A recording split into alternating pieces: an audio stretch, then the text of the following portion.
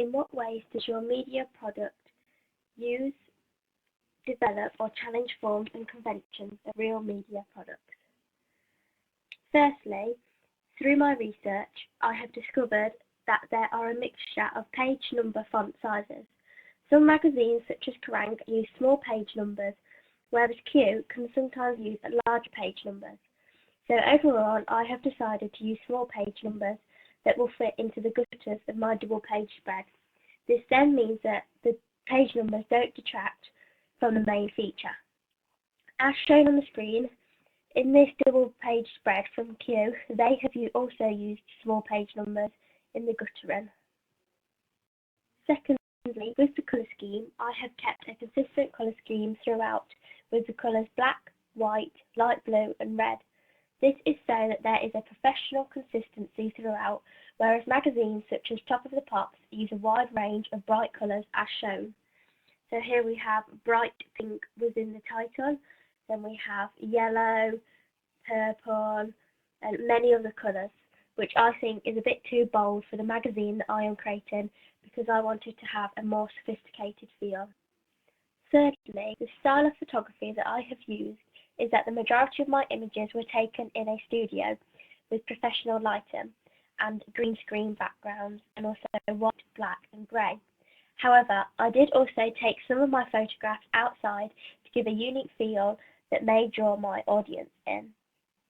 As shown in the example, this image was taken in the studio, so the background, it is on a white background, which I have been able to create it so it is very smooth, which gives a very professional look. Here on the contents page, you can see a couple of the photos that I have taken outside. In this picture at the top, I have taken the image where the models are standing just in front of some blossom, which gives the background a very nice feel to it, as it is very calm. Also here, the picture of the editor that I have chosen, you can see the blue sky and clouds, which creates a different feel rather than being in a plain studio. This is different from other magazines, however, I think that this will do very well in attracting my audience, which is from 10 to 18. As you can see, on my double page spread and also on my contents page and front cover, I have chosen to use serif fonts. I have used serif fonts, which are fonts with fancy feet. I did not want to use serif fonts because I felt that they would be too dull. The serif fonts that I have used means that not all of the letters are the same width, which creates a bit more of an informal look, which I wanted to show within my magazine. However, as you can see on this billboard contents page, they have used a mixture of both serif fonts and sans serif fonts. As you can see, my masthead of the main title of the magazine is called Outcast.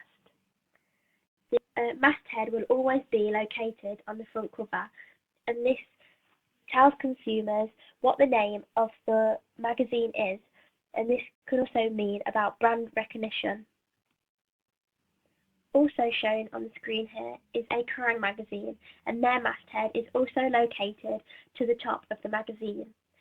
However, on this magazine, their masthead is located above the main image, whereas mine is behind, so some of the letters of my masthead are missing. However, if the magazine brand is very popular and well known, then even if letters are missing, then consumers will know who they are due to the popularity. For the main image of my magazine, I have only used one artist in the centre of the front page. I have only used one artist who is located from one of the bands featuring in the magazine, and this is because it allows the image to be bigger and more appealing, and this means that the consumer has to look inside to find out more information about the features, rather than everything being located on the front page.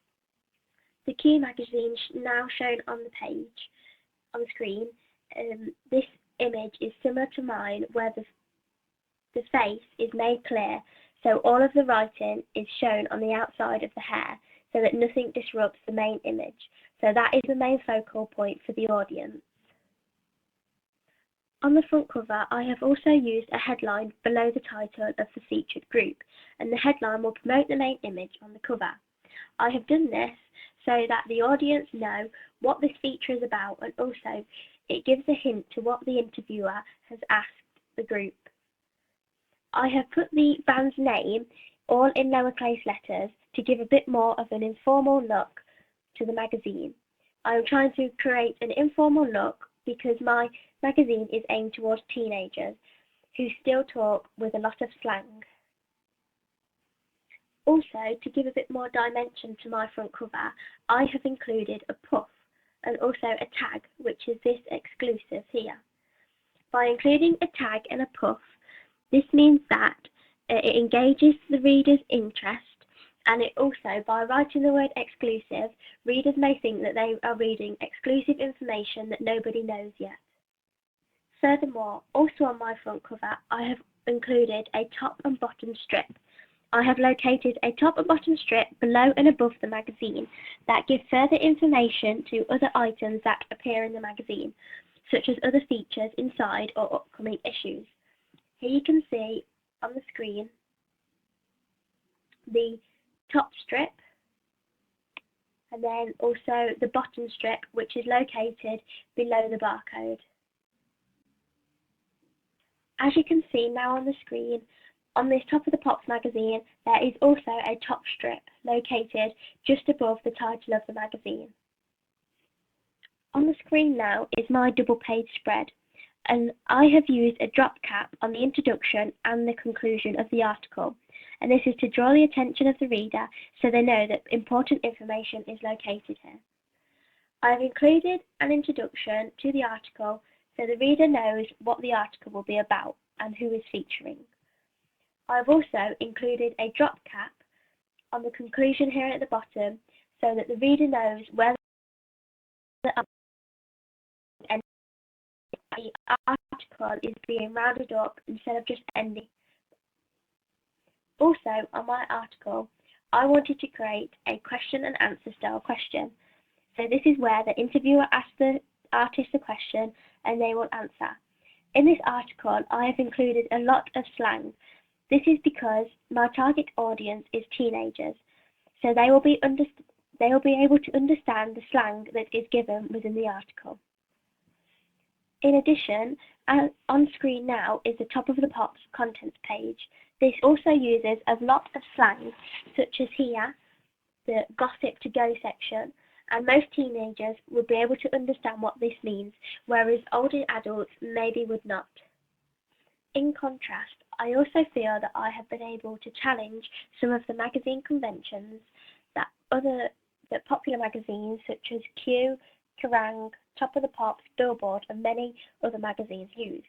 For example, on my contents page, I have included a picture and a puff of an editor's comment. I feel that this is a unique way to make the magazine feel more personal, as if the editor is actually talking to the person reading the magazine. This feature is not used very often within magazines. However, I thought to create a USP for my magazine, it would give a more personal feel. So here, as shown in the screen above, I have included the puff here, which says what the editor has said, and also I have included a picture. The picture also I have included at an angle, which gives a more informal look because it is not straight at 90 degrees.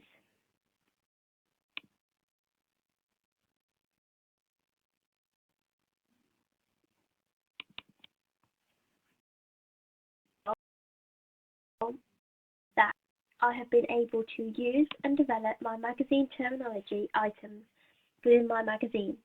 I also feel that I have been able to challenge many conventions by creating a unique style within my magazine.